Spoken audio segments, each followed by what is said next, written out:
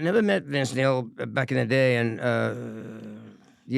so when Razzle died, it was an unfortunate accident. It's a horrible tragedy. It affected everybody's lives, and the band crew didn't go on. I mean, Sammy left after that, so it wasn't only that we lost Razzle. Sammy left after that, and Andy was battling with his own demons, I'm sure, with drugs and things like that. Well, yeah, he was heavily into heroin, and Nasty and me and Andy weren't really connecting that well.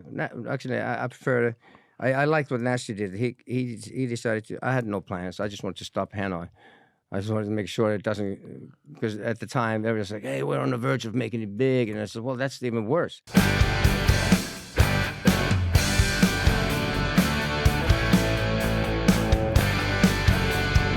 Welcoming to the show, the legendary Michael Monroe. So great to have you here. I'm glad that you made it. I'm glad you made it, because I know going through customs could be a little tricky, right? Especially like you haven't been here in ages. I think you haven't been here maybe in has it been 10 years, Michael? 2 years ago, I was here. We're doing a documentary movie. All right. Filming that. I was doing my documentary for, this is Michael Monroe documentary movie. We came to film here. Hang on, let me just say. Yeah. I have arrived. So, you have arrived. Yeah. And thanks for coming, Michael. I appreciate it. So My great pleasure. to have you here. Thanks for having me. Yeah. So it's been a while since you played here, though, right? It's been years since you played in the States. Yeah, we didn't. Last time we played was 2016, I think. Yeah, we were doing a tour. We played at the Whiskey in L.A. with what was that? The Hardcore Superstar guys. Yeah, that band. Awesome. We were touring with them, and we played some shows. That was the last time I played here.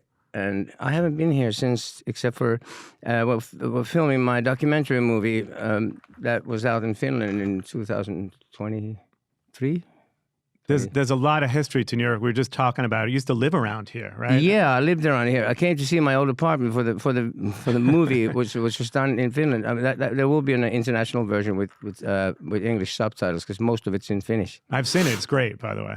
You have seen it? I have seen it. Well, thanks to your manager, Gab, I've seen it. Yeah, and you had the one with the subtitles? Yes. Okay, yes, cool. Yeah, yes. I translated myself.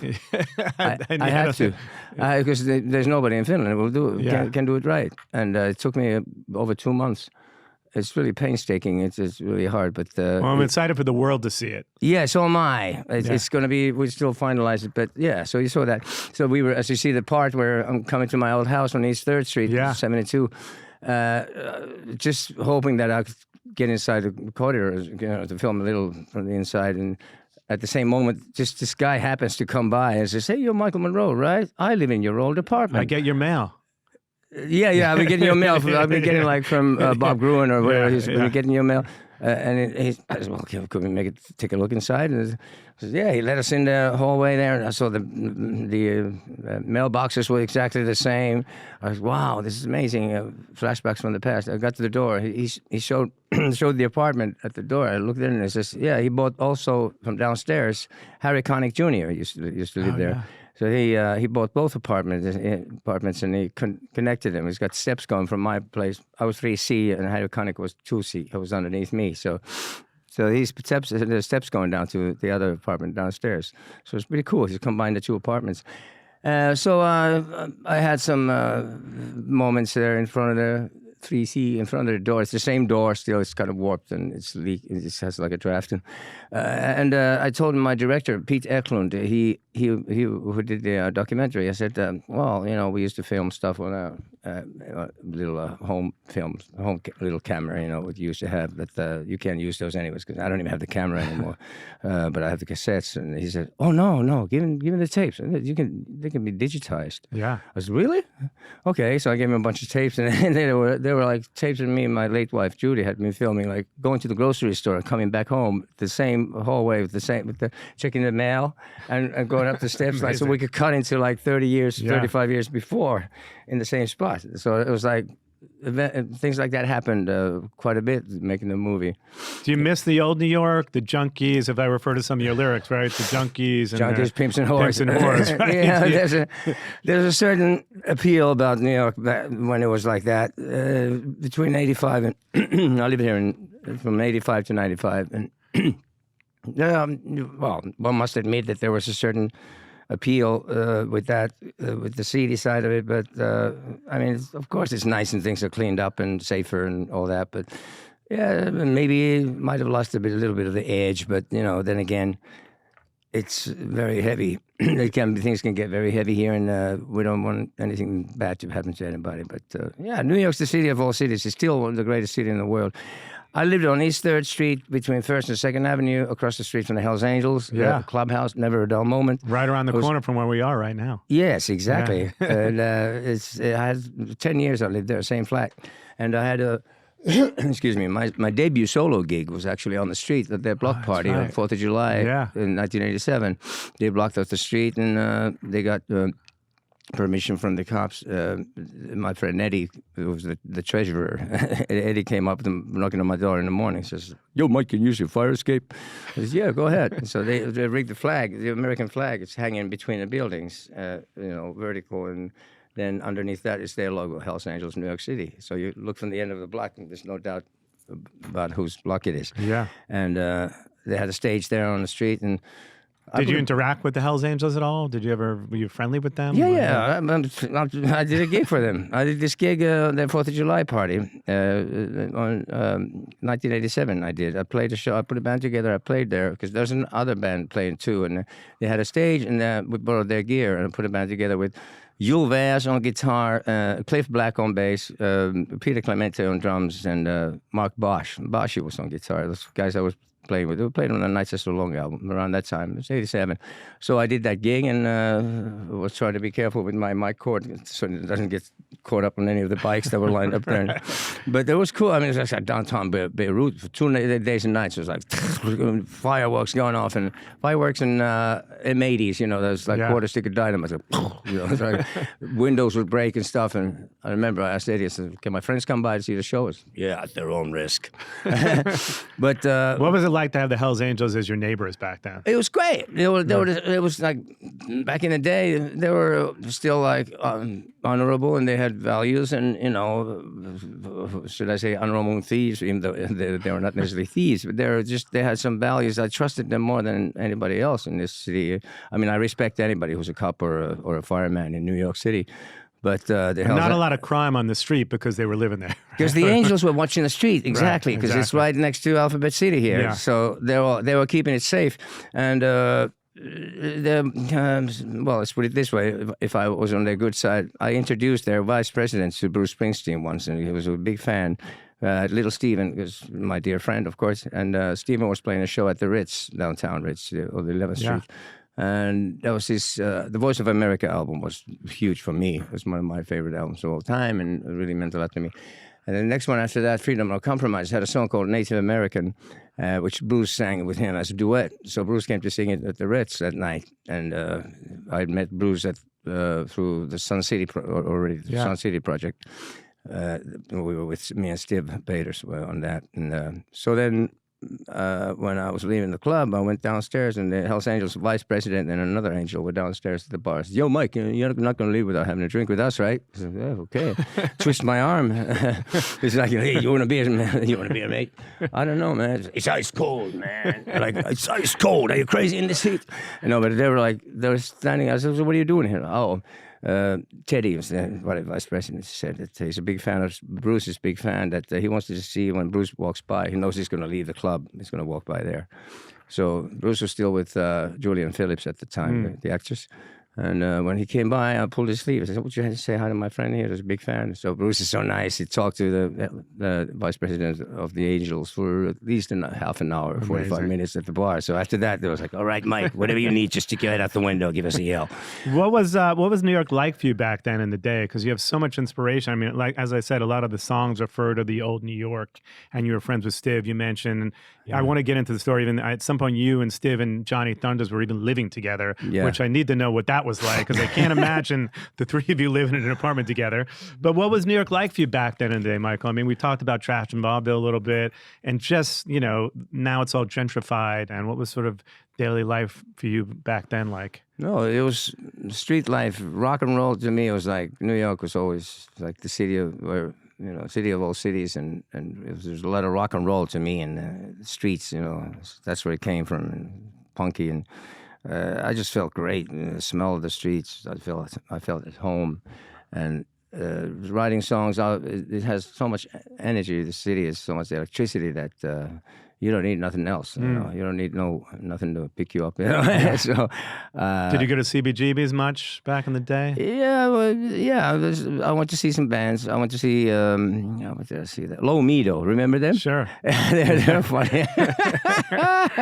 They were so funny. They were on that Jail Rock and Roll video too. Yeah. They're funny guys. Then I went to see them there, and we did a thing with Joey Ramone. Joey had a side project called Resistance that he did with I think Andy Chernoff was on bass there from the Dictators. There was a bunch of people there, his brother too, and I played the saxophone. There were like maybe 8 members in the band, and they were doing a cover of Give Me Some Truth, John Lennon. Sure. And that was at the time of Bill Clinton's campaign, and it was going to be on some cable channel. Joey rewrote the lyrics, changed them a little, update them, and we recorded it. There was no audience. It was at CBGB's. We recorded it on the stage in one afternoon. We played the song. I played the sax on it, and it was supposed to be shown on some cable channel for to support Bill Clinton's campaign. But I never saw it, and I have no idea if it ever came out. Yeah. Pretty amazing. You and Joey Ramone. Yeah. We're good friends. Joey was a sweetheart. It was really. There's always like coming to, hey Mike, we're doing this benefit, and if you want to come up and do a song or two, maybe It's like it's really so. And our local bar, telephone bar and grill. Sure, Between 9th and 10th Street on 42nd Avenue, had the free English telephone booth outside. That was my favorite place. I used to love snake bites. They had snake bites, lager and cider and a little blackcurrant, and that was sweet. And when I used to drink a little bit of alcohol, that's what I loved. That one and white wine and orange juice. They were my drinks. Nowadays, it's just paint stripper and bleach laced with hand sanitizer. The good old days. Yeah, good old bad days. But Joey was always a dear friend, and he was cool. Yeah, I was proud to be part of his Resistance, his band Resistance. And that was, to me, that was real, like rock and roll street life in New York City, Lower East Side, and the Angels were cool. I mean, there was also never a dull moment. I mean, you'd wake up to, like, fuck out of here, fuck you. But then, Sammy came to see me once. I mean, when the bikes took off, right? There was the prospect. There was somebody's always watching 24/7. But somebody who hadn't earned his wings yet, they don't have the Los Angeles, they don't have the New York City on the vest. How did you get to earn your wings back then? Was it you had to I wasn't one of them. I wonder, right? I tell you one thing, that time you didn't have to kill anybody anymore. Okay. I mean, back in the old days, like 70s, 60s, 70s, you had to off somebody and then show like a That's where my head went, right? Clip. Yeah. No. They were not like that at all. They had jobs, tattoo artists, truck drivers, whatever. And they lived in that building, and there's no crime. They weren't selling any speed or they didn't have no arsenal or whatever. I felt safe with them because I knew that the city, there was a vibe. There's a feeling that anything can happen at any moment. Something can just explode. It'll just go up in flames. But they were watching the street all the time, and of course they had their bikes there too. But there was a time when when all the bikes, when they take off, 10 Harleys, the prospect, one of them stops the traffic so the bikes can take off one at a time. And of course, every car that's parked on the street, all the car alarms go off. So that's the New York's national anthem. After they're gone. So one time, Sammy Alpha was coming to my house to see us. He lived on St. Mark's Place, so he came up to see me. He was in a taxi, and there was an Indian cab driver who didn't realize where he was. So he was like, the angel had stopped the traffic for the bikes to take off. He would start honking his horn. Come on, man, come on. Sammy was like, oh, shut up, just stop. So it's like, then at the time, the angel who was stopping the traffic there happened to be Bert the Hook. Because he's one hand, hook? Only a hook in one hand. His hand was cut off. So he didn't say nothing. He didn't say nothing. He just quietly walked across in front of the cabs. Walked in front of the hood and went with the hook like this. Oh my God. His driver's like, oh, fuck. And Sammy's like, I don't know this guy. Come on, it's just the money. He says, why'd you have to live here? Fuck, this is the coolest block. Yeah. Can we say fuck? Yeah. Okay. We can say whatever we want. Yeah, but I don't want to, I mean, swearing points out the lack of vocabulary, I think my father used to say, which is true. But some places, power words, those words can be useful. But when somebody says every other, F this and F that, every other word, then you kind of start thinking, this is not very smart, is it? Take me back to the beginning, Michael. What was it like growing up for you in Finland back in the day? You grew up in the 60s. Tell me about your mother and your father and what you kind of, the music that you were listening to growing up that really got you into music early on. Well, I was from a musical family. My grandfather was a cello player and classical music. He was played in the orchestra. The Radio Symphony Orchestra was later.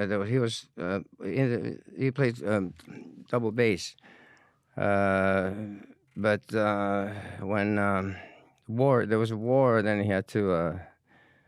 The things changed. He studied cello as well, so he's a cello player and double bass, and he played at nights some dance restaurants and dance music as well, but mainly a classical musician. His father was an oboe player, and I had only heard classical music until I was like 8 or something. I took piano lessons when I was 5. My mother made me, and then when I was about 8, 1970, I saw Black Sabbath on TV. We had this black and white TV, and I saw Black Sabbath live in Paris. And I was like, what the hell is this? I was like, wow. Look at that crazy guy, long hair, going crazy on stage, and powerful sound. And I was like, whoa, this is something I could do. Imagine if you could make a living doing something like this. That would be amazing. So then I discovered Black Sabbath, and I bought all their records. I saved my weekly allowance or monthly allowance and bought every record they came out. I used to have these sessions that I was listening to. My mom and dad made me wear headphones because blasted in the house, but I had the bass on full, and I was listening to every album one after another, up until like Sabbath, Bloody Sabbath. The Sabotage is the last one, but all those albums, I got into rock and roll, and then I discovered. My father used to buy. Actually, my dad would bring records, Christmas time or birthdays. Probably went to a record shop and said, "What do kids listen to these days?" And he bought us first rock record we got in the family. It was Led Zeppelin 2, and then he got me Deep Purple Fireball. That was the first record I owned. And then Pendulum, Creedence Clearwater Revival Pendulum. And then Love It to Death, Alice Cooper. He bought that from my other brother. I had 2 older brothers. And the younger one is Eero and the older one is Jari. Eero got Love It to Death, Alice Cooper. I was like, whoa, look at that band. And that band had the coolest look. That was like, people often think Hanoi was influenced, that we were into the Dolls. Of course, the Dolls were cool, but we were more into Johnny Thunders and the Heartbreakers. Yeah. But the Alice Cooper band, they had the look. And I mean, they were so cool. And Vince, they had, I guess they borrowed the clothes from their girlfriends or whatever, but it was just like the style and the hair. What's his name? Neil Smith, the drummer. He had the perfect hair. Yeah. He had the hair I always wanted. Right. See, my hair was boring and straight, so I started backcombing it, making it a little wavier, and then sometimes it grew long and I didn't get it cut, and then it was like really big and kind of like Johnny Thunders in the first New York Dolls album cover, which is cool for that, but I didn't mean for it to be that big. And then after a while, when I started my solo career, I get to LA and people say, "So Michael, you started this glam, whatever, big hair metal movement here." I said, "What? I started that? Don't blame me for that shit, man." Alice Cooper and the Dolls and everyone. Well, I mean, the Dolls and it's all rock and roll. I mean, Little Richard. And when I was I'll stick to the story. I discovered Black Sabbath. I discovered rock and roll through that way. Then I saw there was some documentaries, movies that they showed on TV. Very little rock in Finland at the time. There was not a lot of genres in Finland. Everything was sort of genreless. That's right, and that was, in a way, that was a good thing, because they record shops, they ordered everything, every genre of music, funk, soul, pop, reggae, blues, everything, a little bit of everything. So there wasn't like a fashion like, let's go this way and now everyone's doing this, and grunge or whatever, because I think categories are unnecessary. I think as soon as something has a name, it's over in my books, because then that means everybody's trying to be the same. trying to sound the same because somebody had a big hit with for example, Nirvana, brilliant band, come out of nowhere, become platinum, selling millions of records, and fantastic. But then there's like 200,000 bands trying to sound like Grunge them. bands, yeah. And someone comes up with a name. Oh, this is grunge. They're the new thing, the new fashion, so to speak. And then the record companies love that, of course, because they can package them, market it like this. Yeah, this is the latest thing. Yeah, everybody's going to buy grunge now, which means there's a whole bunch of bands that do not sound as good as the original, but are trying to sound like them, and then they don't have much of their own, and that's always boring to me. I think in the past there were more fun bands and more different music because people were doing their own thing and not thinking about what's this going to be. How are we going to market this? It's going to be heavy metal or punk or glam or grunge or what Yeah. It's all rock and roll. It's good music. Little Richard, if anybody, was the original rebel. Punk, glam, rock and roll, everything. He wore makeup. He was openly wild and free, gay. That day and age, they were trying to boycott. They would not let this guy be the hero for their kids. The system didn't like it. They wanted the white kids to like this crazy, wild. I mean, talking about freedom and being free are two very different things in America, as it seems. I sort of thought at some point that. Little Richard was the emancipator. He freed. He was just being free, and it was amazing. When I saw, I was like, oh, "What is this?" And his voice, the sound. I mean, it's incredible. Yeah, with all due respect, I mean, God bless Elvis and all, and he combined a lot, helped cross over the white and black thing a lot, but. Elvis is Tutti Frutti, and Little Richard's original Tutti Frutti. Elvis sounds like a Boy Scout. I'm sorry, excuse me. It sounds very safe and very, I'm glad that they made that movie, that recent one of Elvis when he's singing that. Did you see the movie? Yeah, of course. Yeah, that was what it was about. Yeah, what a shame that manager ruined all. Yeah, so many good things. Incredible story. Yeah. Anyway, so Little Richard was my hero. He became my hero immediately. I started playing the piano because of him and the saxophone. I thought that's the rock and roll thing. I picked up a sax. I went to a store. And a harmonica. Harmonica, yeah. Well, Andy gave me a harmonica, one of those old Hohner, ones with wooden in the middle. I said, "What is this?" It's a harp. So what do you do with it? Just start blowing on it. So I started playing. I started blowing on it. I started playing so hard my lips were bleeding because these ones, they don't have the wood anymore. This is plastic or something else. Or I have metal ones too, but they used to have the old Hohner ones that like wood there, and the wood lives, it swells and stuff, and then you get, it tears up your lips. But I started, and then I got into, of course, Little Walter is the best harp player of all time. He was a pioneer, and he's still today. I think he still is the best if you want to talk about who's better than that. But and the Stones, their use of harmonica. I mean, the Stones, Sugar Blue. Yeah, they found him on the street. Exactly. Yes, the blues harp was like, to me, it was a Magic Dick from Jay God's band. It's incredible stuff. Yeah. So I studied the harp, and I'm self-taught, guitar and everything. Just the piano lessons. I actually, when I discovered Black Sabbath, I realized I could play down, down, down on the piano. So I said, "Mom, I could take some more piano lessons now." When I was about 8. And then classical music, I went to concerts and stuff, and I learned to appreciate that. But then I got into rock and roll, and music is music. And you kind of knew what you wanted to do since the time you were like 8 years old. Yeah, 8 years old. I wanted to be a rock singer. Yeah. Which is rare. And a lot of people don't have that luxury of knowing from that age what they want to do with their life. But you did. Yeah, that's right. I thought that, or then my father was a radio announcer. Like and your mom worked in radio too, right? Yes, she did. That's where they met, and she was like an engineer recording these radio plays. They used to have this place where people talk, and it's kind of movie, but it's just, my father used to always say that radio has much better pictures than TV. There's better imagery. But and as kids, we were in part of those plays. Me and my brothers, they needed some lines by kids, so we were there. I was already in show business back then. But yes, so fast forward to like 1980 or so, you end up meeting Andy McCoy. Yeah, your sort of musical soulmate, right? Yeah. I had a band. I played guitar in it because I didn't have a guitar player, so I really wanted to just be a lead singer. And Andy was rehearsing at the same place it was like a basement of a church in this part of Helsinki where I lived, and there was like a club space where young kids would get together and hang out and stuff, and also a rehearsal place for bands. So my band rehearsed there, and Andy's band Briard, who were like the first recording punk band in Finland back then. They recorded a single called "I Really Hate You," and B-side was Miss World. They were the first punk band to record in Finland. So here they were rehearsing at that place, and I had forgotten something there one day. We were sharing the same drummer. This guy, Stiv Bators. We had the same drummer. So then I forgot something at the rehearsal place. I went to get it. Then Riard was there, and Andy they saw me. And he's like, "Hey, who are you?" I had hair down to here, It's like.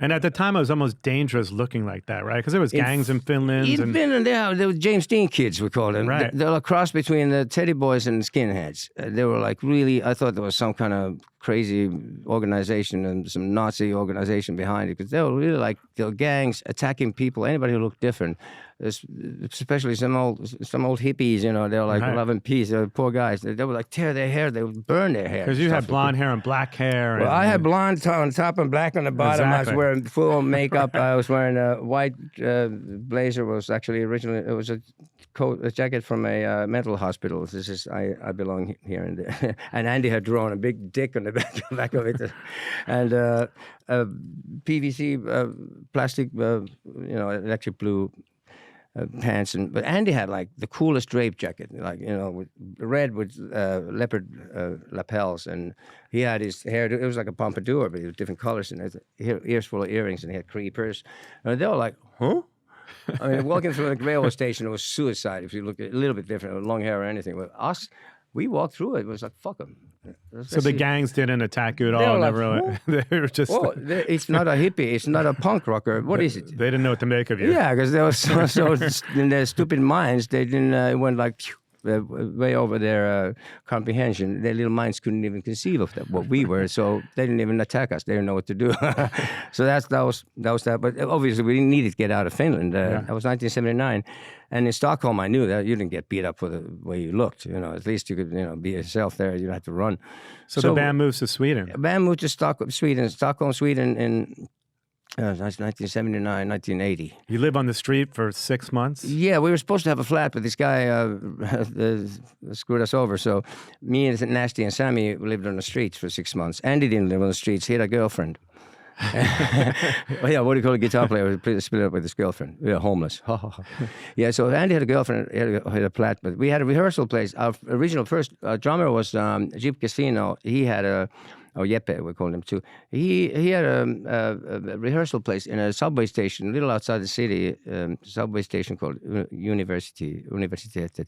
And they had these fallout shelters that were like where the trains go on the tracks, on the platforms. There was this metal door, you go even further underground, and there's this rehearsal place we could use, a little room there. And but the guards came always like midnight.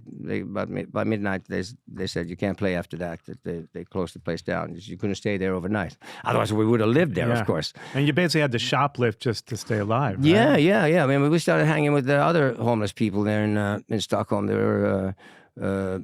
There's a square called Hötorget that had the steps. Oh, the concert house. Yeah, on the steps there. And there was these guys, especially these two guys, Ali Baba and Ali John Afghan is his real name. We called him Ali Baba, and Bobby. Who's in your documentary? Yeah, them two are in the documentary. It's for the first time ever. Nobody's ever heard of these guys before. They were our dear friends. And they had the shoplifting down. Entire broiler chickens, in pockets coming out of the food department there at the department store. I was like, well, how did you do that? Then we just had to find a place to make them. And apparently, Sammy and Nasty, the scene, everybody in the scene knew that they knew three of us were like walking around the Central Station and stuff. And who are those guys? But because I was speaking English, I never wanted to learn Swedish because I thought I don't want to get stuck there and I don't care for it anyway. So I spoke English. So somebody thought that I was English. They thought I was Australian. Of all, I was like, I didn't have an Australian accent. I was like, oh, did you meet Mike? He's from Australia. And it's like, well, if they're so stupid, they think I'm something special because I'm from a different country. They'll let them think that.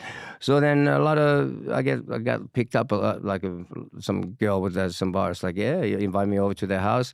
So we had this plan. Whenever somebody invited me over, then we would walk out of bar or club or restaurant, whatever, then I would supposedly run into Sammy and Nasty.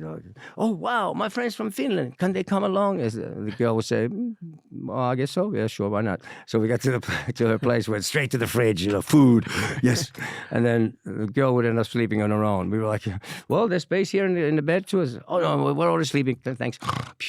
We were like, yeah. So we didn't have to do any favors like that. So we were, but obviously I admit that was using people, but I had to do what you had to do. Shoplifting food is like, had to survive. Sometimes, we would hide behind the speakers until the guard was gone and then stay all night. And I got a job for cleaning toilets in at the bank. There's a basement of a bank near, it's not far from the King's Castle. It's Handelsbanken. It's a bank. There's a long corridor. There's 14 toilets, which each had 3 or 4 booths, and the sinks and everything down to the floor. I had to clean the whole hallway and all the toilets. And then in the end, there was an office. And once I noticed there's some change, and one of the drawers was open. There's just a little change. Well, a couple of kroner, it's like a few cents, whatever.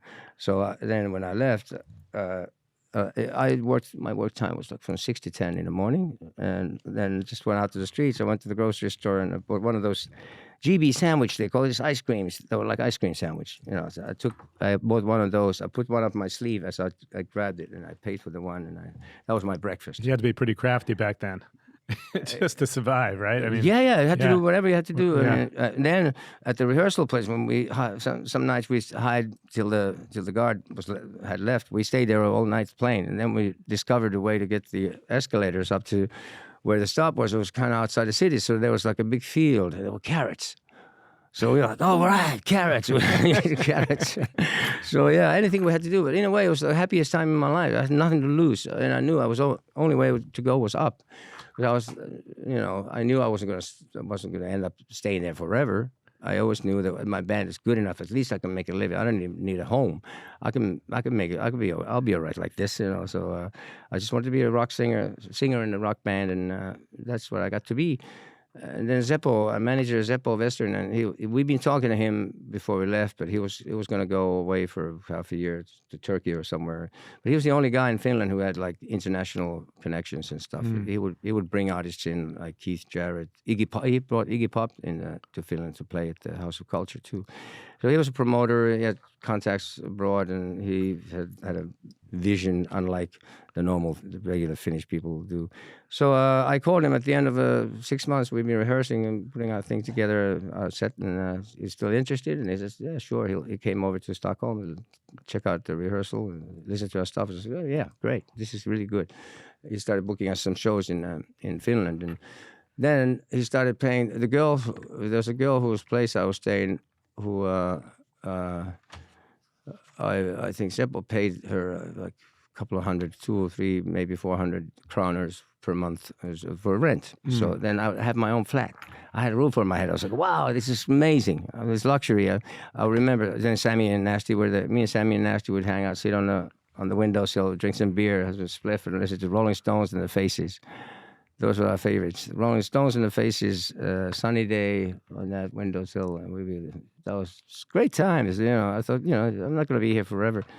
The band makes some incredible records. You end up influencing so many bands. When you think back about the legacy, what do you think about those records now? Well, and the legacy you left behind. I know I'm going on for too long, but yeah, we relocated to London, and that's where we were going. And we ended up living in London, being based in London with Hanoi Rocks, and we became the darlings of the press. Everybody loved us. And then especially when the original drummer was replaced by Razzle. There was a thing that went down, and it wasn't the right time for him to stay in the band or whatever. Either way, Jip Casino left the band, and Razzle joined the band, and he had that spirit like kill, cream the motherfuckers. And his Slapshot was his favorite movie. That's the Two Steps from the Move record. Two Steps from the Move, yeah. He joined the band, and the band was like a gang, unit, us against the world, and So he joined the band, and we had done the albums. We had Self-Destruction Blues album. Actually, it was never an album. It was a record label in Finland. The head of the label put together some outtakes and single B-sides or whatever. and put it together. And it's just like a mishmash. There's no point to it whatsoever. But some people think it's the best Hanoi album. some people's favorite. Jay Henning, for example, guitar player. Played in Demolition 23. Yeah, yeah. That's his favorite Hanoi album. I said, how can it be? I guess it's so much of everything. It's like punk, and from punk to disco to whatever, calypso. So that's cool. I'm glad. That album has Razzle on the cover, but he never played on any of the songs. Next album, first album we went with Razzle in the band was Back to Mystery City. And then, I mean, he'd be used to playing like speed metal and like double bass drum and crazy stuff. And but we thought, technically he wasn't as great as you would normally think that a drummer should be, but he had a great style. And he reminded me of Neil Smith too, with his cymbals up there. And Keith Moon, of course, was big for him. But he got into playing, and I mean, by the time Bob Ezrin came to produce us, we had Back to Mystery City was supposed to be asked for Ian Hunter to produce, but he didn't have the time, or he wasn't interested back then. So we took Overland Watts and Buffin, Dale Griffin, drummer, and Overland Watts, the bass player from Matta Hoople. And that was great fun. That was great fun making that record. By the time we asked Prince at the time. Really? And Prince said... Yeah, Prince said... Was Prince aware of the band?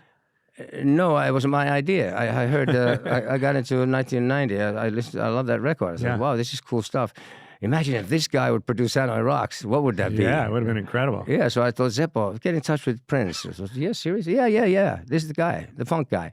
Yeah, let's get him to produce this. Then that'll be something else. And but he said, his reply was, I don't produce no white boys. Oh my God! So it would have been a great collaboration, but that would have been something else. But he was, I guess, he was prejudiced then. He didn't like white boys. Wow. At the time, but white girls were okay, I guess, because he had a lot of white girls, white or not, but playing and singing with him. But anyways, so Overland Watts, Pete, Buffin and Pete, they produced that record, and it was great fun. And some people think it's the best Hanoi. There's still a couple of songs I skip. Lick Summer Love. And, that one mainly. It's like some of these songs are like, Andy, why don't you talk in those? I hate talking in songs. It's really stupid. But then we got signed to CBS Worldwide in '84, and Muff Winwood, Steve Winwood's brothers signed us. And in America also, this went to... first worldwide deal, and Bob Ezrin was to produce the next album, and we really needed that, and I think it was great because also with Razzle, he was like Bob was really whipping him, but Bob came up with a cool. I mean, we went to America to record the basic tracks at the record plant. We did some pre-production first in Toronto, and we hadn't been to the States yet then, or Canada. So we went to Toronto. We did some pre-production for a couple of weeks. Then we went to record the basic tracks in New York at the record plant. Sure. And that was like the first area we came to in New York. It was Times Square and 42nd Street right there. The record plant was on 45th Street, I think. Yeah. Yeah. So then we recorded the basic tracks there, and Razzle and Bob, they were like fighting all the time. Love and hate. And, but he was great because, Bob came up with this pad. He was hitting the drumstick to it, like say, Boulevard of Broken Dreams. There was no click track. It was just like he was standing there going, dun, dun, dun. So it was like a human touch. Yeah, back in the day before click tracks. Yeah, they didn't. Yeah, I don't know if there were was there click tracks back then. They didn't use them anyways. Because they didn't have Pro Tools. Yeah, yeah. So the metronome was only, I guess. But yeah, he did like that with him. That was just really smart, even to this day, because then you'll have the human touch, yeah, which cannot, as you know, cannot be replaced. So we recorded that record, and Bob had some ideas, and he had a vision, and I think it was good for the band to expand as well. Sound-wise, it became. Still to this day, it's great. It's a timeless record, and I knew it at the time. I know it's going to make a sound like this. This will be something that will be lasting value, which will be of lasting value, which was and is. It's still I think it's the best Hanoi album to me. It's the best album. I listened to it all the way through.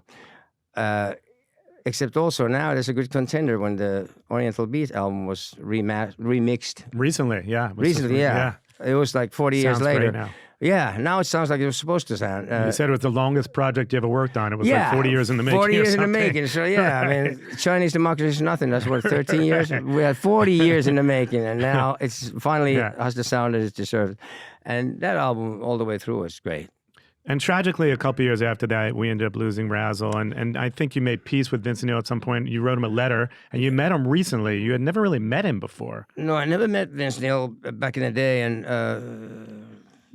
so when Razzle died, it was an unfortunate accident. It's a horrible tragedy. It affected everybody's lives. And the band didn't go on. I mean, Sammy left after that, so it wasn't only that we lost Razzle. Sammy left after that, and Andy was battling with his own demons, I'm sure, with drugs and things like that. Well, yeah, he was heavily into heroin, and Nasty and me and Andy weren't really connecting that well. Actually, I prefer. I liked what Nasty did. He decided to. I had no plans. I just wanted to stop Hanoi. I just wanted to make sure it doesn't, because at the time everyone was like, "Hey, we're on the verge of making it big," and I said, "Well, that's even worse. If we, get some guys who are not the original band, and people would get to know the wrong Hanoi." It was about the integrity for you. Integrity. It's always been about integrity to me. Yeah. I want to be able to, sleep at night with a clear conscience, and look at myself in the mirror, knowing that I never cheated, or sold out, and that was the most important thing to me, and that's why Hanoi had to be stopped, so it didn't become like a mockery of itself or a parody or one of those bands that really just do it for the money. I thought there should be one band that does it for the integrity. So it wasn't the same anymore, and I've never for one instant never regretted that decision. I know it was the right decision. What was it like for you when you finally met Vince recently? Because it's been years, you never met him. Well, then, I never met him, and that's the thing. I mean, you can't blame anybody for an accident. I never ever blamed him. That would be crazy to say that. I don't know what. Andy's a different guy. Whatever he says, I don't comment. But it was just really sad, and a horrible thing happened. Everything I lost my band of my life, and my life was, I had to start over in a way. But then again, there were some things that happened. Stiv Bators was the key person for me. He became my dearest friend, about my only friend at the time, except also when Little Steven came to produce the Lost of a New Church in London. I mean, after the accident, actually, Nikki Sixx, I met Nikki and Tommy once before in London when they were hanging with, when Razzle was hanging with Vince, and them guys ended up at Andy's flat one night, and I've been in Finland for 3 weeks. We had the first break, like a vacation kind of with Hanoi for the first time ever. So I've been gone for 3 weeks, and I was back, and I had the video of AC/DC. Rock Goes to College, BBC Two. That clip. That's like 6 songs of the best AC/DC. Totally amazing. Yeah. Angus is on fire. I had that VHS tape I had gotten from Finland. I was like, hey, I got this, and we all started watching it, of course. And I was, whoa, this is amazing. So that's when I met them. They were really nice. I got along well. Nicky had been out of town when the accident happened, and when he got to town, he had heard a rumor that it was his singer had died, but then he found out the truth. And he invited me and Andy over to his house for those some days, because we stayed behind. We didn't want to go to London right away. We just kind of I wanted to see the body first of all. After he was so fixed up, our tour manager went to recognize him, and he never recovered. Actually, I knew him from years later, and he was Not just the same. Never the same. He said it was such a horrible sight. But I'm glad I wasn't there, because my ankle was broken. I had broken my ankle. That's why we went to L.A. I don't know why. When the management couldn't make a decision, the record company decided to fly us over to L.A. because we had a big following there, they heard. But I wasn't going to be able to do the gig anyways, because my foot was in a cast. I did 4 gigs with a broken ankle, and because the first doctor didn't notice that it was broken.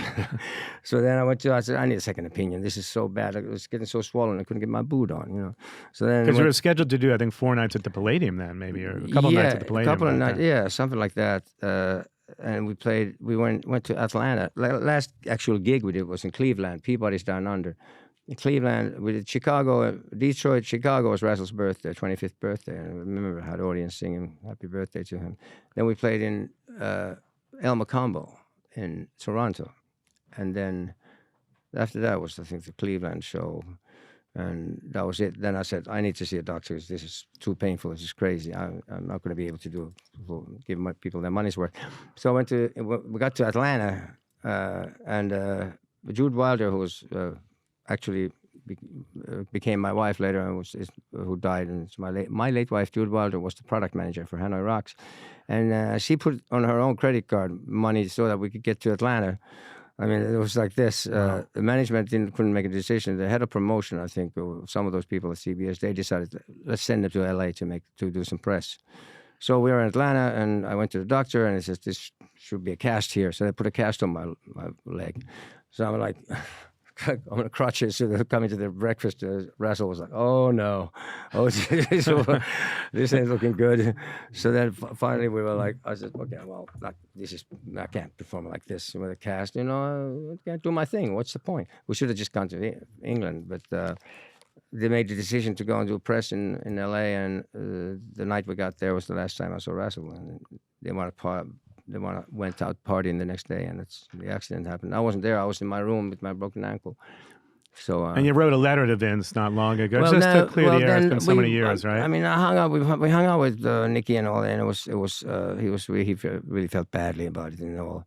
And nothing.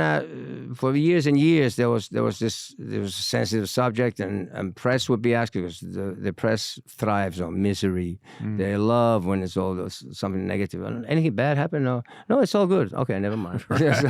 So the thing was, I never held a grudge or anything. I was, obviously it was horrible, lost everything and all. But for him, I mean, I always felt bad for Vince because I knew it can't be. I mean, having to live with something like that after it's just like your best friend and you kind of sort of partly responsible for the dying. It's just like horrible thing to live with.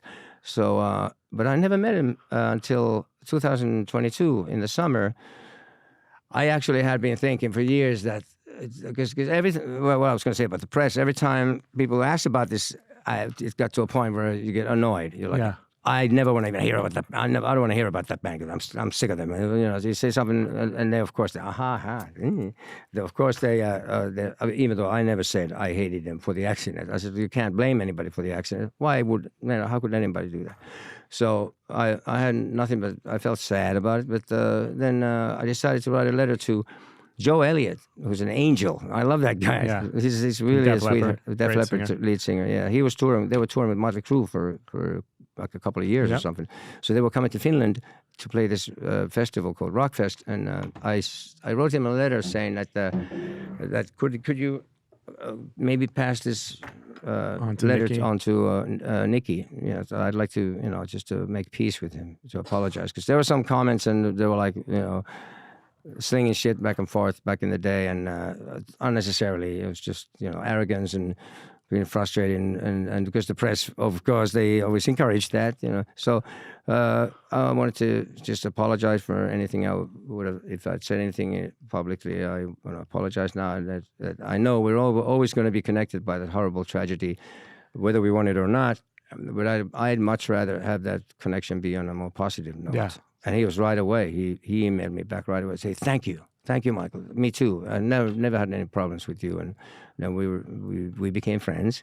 And then I was thinking, it would be maybe someday I'll get to meet Vince too, and I just wanted to see him, see his eyes, look in his eyes. And I had another gig that day myself in the afternoon, so I was rushing. I got a ride. Me and my wife's a good friend of ours was driving. She was driving us there, and I was just made it like Motley Crue. I was there 5 minutes before they went on stage, so I just missed them when they went on stage. But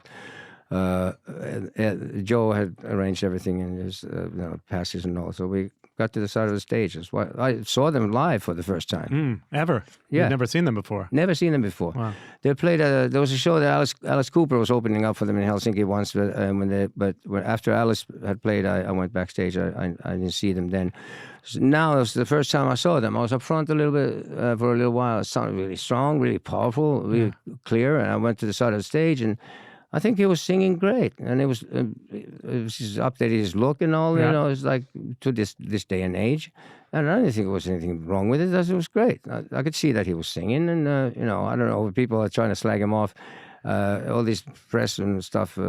I guess That's another thing. People get onto the thing, say they suck, don't they? Yeah, they suck, yeah. People get into this. They focus on the negativity. They focus on the negative and they bond. I hate that kind of bonding. That's the lowest form of communicating. It's like, hey, don't you hate them? Yeah, they suck. Yeah. Instead of saying something nice about something, say something positive. You feel better. It makes you feel, you feel nice when you feel saying good things, and you're not going to bullshit anybody. But so. They had gone on stage. I watched the show. It was great. They came off stage, and then Nikki came to hug me, and then I met Vince, and look in his eyes I said, well, Razzle always wanted us to meet because he always thought we were us singers are alike. Kindred spirits. Yeah, and he smiled, and I looked in his eyes. We looked at each other for a little while, like maybe 20 seconds, maybe 30, I don't know. I just saw the sadness and what he's been going through. I could just see in his eyes. He is the guy who suffered the most for the accident. I realized that then. And, a little bit of a way to make peace with everything, I guess, right? I wanted to make peace. I don't want any bad blood with anybody because I'm not that kind of person. And I would never, upset people. And I always want to be nice and kind to everybody. And I wouldn't want to give any reason for anyone to, that's the way I am. It's not pretending either. It's just because when everyone's happy, I'm happy. I like good vibes around me. So, we met him. We met there, and then he goes his own way, and the band goes separately. I learned. So he was just going to go off. So I was just like, well, it's really amazing to meet you. I had a million things I could have said to him, but then I decided that wasn't the time, and he took off. And then I went to hung out with Nikki and Tommy for a while, talking and stuff, and it was so great. I felt so good. So nice to make peace with those guys again. And now whenever anybody in the press asks me somebody the Motley Crue, I say, great, we're great friends now and everything's good. Yeah, good band. Yeah, no problem. So, because they're always digging for the dirt, no pun intended. Yeah. But so that was great. That year, a lot of great things happened. We opened for Alice Cooper for 10 dates in June at the Oriental Beat album remixed finally, and the Demolition 23 album was one of my favorite records you've ever done. I love that record. Such a great record. Yeah, it was remastered. And might we hear some of those songs tonight? Oh, yeah. At the gig. Yeah, we always do some demolition. All right. Absolutely, for sure. One thing I wanted to ask you about, because there's so much to get into, but obviously we're running out of time here. Stiv Bators, and you had mentioned your friendship with him over the years, and there was just a record it's about to be released, and there's a talk of AI getting used in Stiv's voice. Yes. And I know you guys have a long-standing friendship, Michael. So yes. How'd you feel about that? Obviously, I believe that you changed the trajectory of that record now from using AI in Stiv's voice, because obviously that may not have been what Stiv would have wanted, to a whole different concept with that record. Yeah. Well, the thing is, Cheetah Chrome was still alive, the Dead Boys guitarist. He called me and says, Mike, you want to sing? I'm doing this Dead Boys album. You want to sing on a song? So, yeah, sure. What is it? Sing a song called Circus by a band called String Driven Thing, who I never heard of, a Scottish band. Apparently they're still going. I never heard of the song. And I said, well, send me the song. And I said, okay, I'll sing on this. And I decided, sounds good with the harp. So I was going to do that. And then Cheetah, soon he texted me and says, Michael, have you done the vocal yet? Don't do it. I heard they're going to use AI Stiv on the album. I said, oh, really? Oh, shit. Then I can't have anything to do with it, of course. That would be, of all people, Stiv, AI, and the whole punk thing fought against everything artificial. And, it's a no-brainer. No Dead Boys fan would ever buy that album. The record company would be shooting themselves in the foot. All the real rockers would get pissed off and what the hell? Well, that's what was happening in the press. Everybody was getting upset about it. Well, and it didn't help that's the guy who was singing in Cheetah's, the Dead Boys that had been going for years. He went off. He quit the band and he posted this thing, which I didn't think it was cool. He was slagging, kind of made Cheetah look bad. He made the record company look bad, say, oh, they're going to use AI. I'm not a robot, and Steve is not a robot.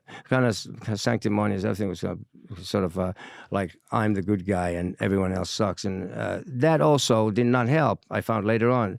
That also added to Cleopatra Records, them thinking, okay, well, screw him. They're already slagging us off for using AI, so let's just use it then.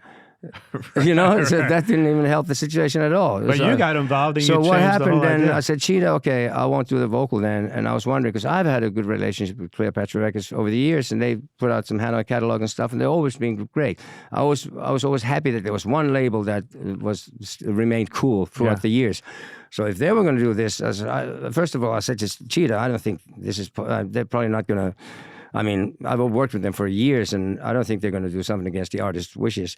So Cheetah says, oh, let me find out, and Cheetah's kind of guy. He's not very diplomatic, of course, which he told me himself. So I knew, Brian Pereira and Matt Green at the Cleopatra. So I wanted to find out what the deal was. So I wrote them an email. I said, is there going to be AI used in the album? Because I didn't hear from Cheetah for a couple of weeks. So I said, I want to find out myself, because I know the guys. So they said, well, not only on the song you'll be singing on, but they were going to apply it on other songs. So I said, well, that's too bad. Then I'm sorry, but I just can't be part of this. And I was just I waited a couple of days before I replied, but actually, no. I wrote this very thorough explanation why they should not not use it's AI. Not punk rock. Yeah, this would be so. I mean, even if Stiv had been living all these years, and if Stiv was here today, he wouldn't be. First of all, he wouldn't choose necessarily all those songs that he was singing. He wouldn't be choosing those songs. He would not sound the same. He would be a different guy if he'd been living all those years. Everything he would do, his phrasing, his sound, his tone, and everything would be different, which would make it also totally unnatural. And he would just end up sounding like a sick, perverted parody of himself. Yeah. That's the only way it can be. So I was like in this case, I urge you to reconsider, at least hear me out. And I said all these things, explained why they should not do that. And instead, why don't you use guest singers like Slash did on his 2010 album? He had like his friends Iggy and Ozzy and people like that sing on different songs. Why don't you do that instead for this? And there's tons of people who love Dead Boys. Big names even, that you'd be surprised how many people appreciate and respect the Dead Boys. There's people like, covered them. Well, Pearl Jam has done Sonic Producers since the 90s. They never recorded it in the studio, but Corey Taylor has recorded all this and more in the studio and still plays it live. And people like that, Duff McKagan is the ultimate true blue punk rocker. I already asked him to sing a song. He's going to do a trio. Awesome. It's an old Kinks song called I'm Not Like Everybody Else. So you changed the entire record. It's now guest singers. So, well, first they said, Brian, first I got a reply, well, sorry you feel that way, Michael. I says, well, I'm sorry. And I was gonna just like, what a shame. That I guess you're just hell-bent on shooting yourself in the foot. Right. But then 2 days later, I got a mail from Matt Green saying, Michael, we had an internal meeting within the label, and we decided not to use AI. It's like, yeah! Amazing. I can't wait to hear it. Yeah, it's going to be cool. It's got some cool cover songs. It's a lot of cover songs. It's more like not really, obviously, the Dead Boys. It's a celebration of the Dead Boys. Not even a tribute. It's a celebration of the Dead Boys with Cheetah Chrome and friends. Awesome. That's what it really is like. Apart from the song Circus, I saw one of my favorite songs, Faith Healer, by the sensational Alex Harvey Band. I played some baritone sax on that. Amazing. That riff, and I sang it. I did a vocal on it. I'm quite proud of it, actually. It turned out so good that nobody else can touch it. I can't wait to hear it. We got to do a part two. We didn't even get into your solo albums, which are incredible. You're playing tonight. The tour's coming up. Yeah. But last but not least, Michael, we always do these top fives, which people love and they talk about and they debate. So I want to get into your top 5 records that everyone should own, according to Michael Monroe. Started with number 5. Number 5 would be Little Feat, Sailing Shoes. Great record. Mm-hmm. Yeah. They're coming out with a new record now. I don't know if you know that. They're but Lowell George is dead. Yeah, that's true. Lowell George is dead. But it's unfortunate, but a great band anyways. But that album had everything in place. That was like the stars were aligned. Number 4 for you. Number 4 would be, well, should I say, it's got to be Rolling Stones. Well, Goat's Head Soup's my favorite, but I've got to say it's only rock and roll, Rolling Stones. What was it about that record that you think is my favorite song, the last song, Fingerprint File. That's my favorite Stones song of all time. Amazing. Ever. Great track. Yeah. Jagger plays the guitar on it. And I always feel like Dead Flowers is my favorite track by them, but I mean, I love their whole catalog. I done a version of that on someone's project once. But that's great. And everyone usually says, one with Sticky Fingers or Exile on Main Street. But yeah, I mean, my favorite Stones album is Goat's Head Soup, but it's only rock and roll. It's the one that everyone should own. Okay? Definitely. That was number for 4. you. Number Yes. 3 would be AC/DC's first album with the High Voltage, and it's a long way to the top if you want to rock and roll. Their first album. Bon Scott, incredible. Bon Scott one of the best was, singers he was ever. hero. Yeah, People absolutely. thought you were Australian for a moment. So Yeah, I'm even nowhere near had that accent even. So that's what Swedish people wouldn't know that. But they have their own accent. you're from Finland, but for those of you who don't know, maybe Yeah. they thought you're from Australia. Who knows? As a Finnish person, I must say, for a Finnish person to pronounce English, it's very challenging. I'm a good imitator, and I'm glad. Thank God they had subtitles on Finnish TV when I was a kid, so I could watch. I was watching Columbo and Archie Bunker, All in the Family, and Frank Cannon, the private investigator. All kinds of stuff was on TV. They showed a lot of stuff like that, and there was subtitles, so I could hear the language and learn the words. And also rock records. My mother said I was translating all these lyrics by Black Sabbath. I didn't know what Sweet Leaf. I thought it was a love song, of course, when I was young and innocent. But yeah, that's how I learned English. And pronunciation is very hard for Finnish people. They talk like this, it was easier for them to learn Japanese than English, as it is probably for an English person to learn Japanese. And the number 3 record that everyone should own, according to Michael Monroe. Number 3? Yeah.